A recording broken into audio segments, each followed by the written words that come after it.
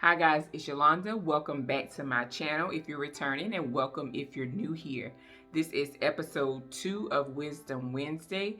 Today is all about waiting on God. More specifically, the lesson that we learn while we're waiting on God. A lot of us, when we go to God in prayer, many of us, we want God to answer us swiftly. We want an immediate answer from God. But what we often don't realize is that in that waiting, there's a lesson.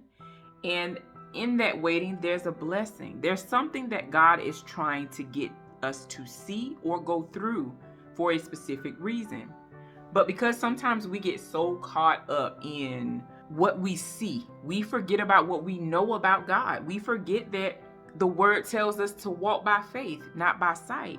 Now, what I found in the Bible about the story of Abraham, this is in terms of Abraham's waiting on the promise of his son to be born from his wife, Sarah. And it talks about this starting in Genesis 11 through all the way up until about 25 is the story of Abraham. But today, what I want you to focus on is the waiting that Abraham had to do.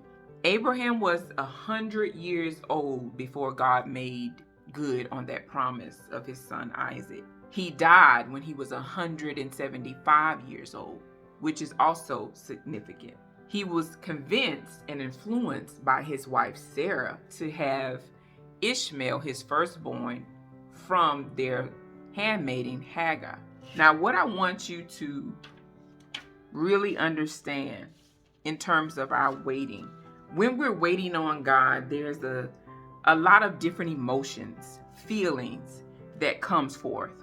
We get the promise of God as Abraham did about his son being born of Sarah.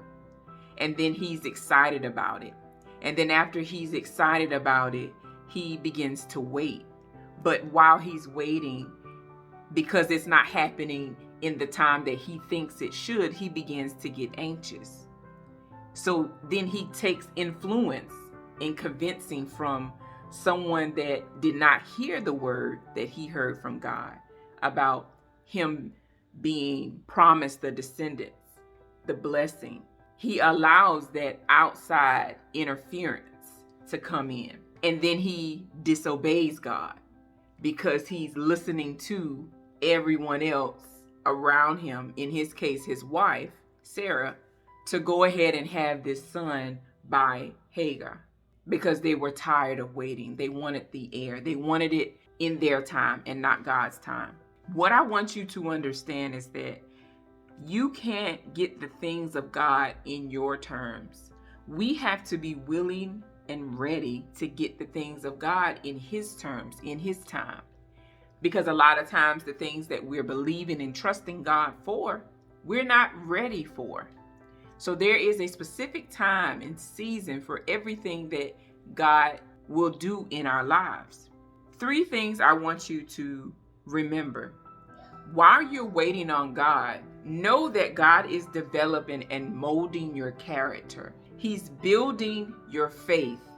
He's building your trust in him. You need to understand that we don't need to focus so much on what God promised us.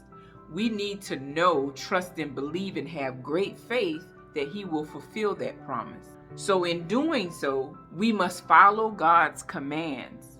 We must act in great faith and submit to God. Know that he will make good on his promises. Know that he will fulfill them. You have to understand that true obedience is doing what God says, how and when he says it.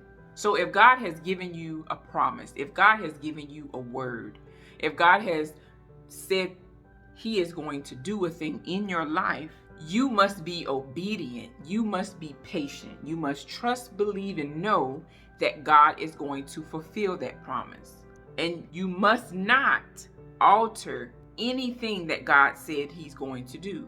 Meaning put your hand in something that God said he's going to fulfill.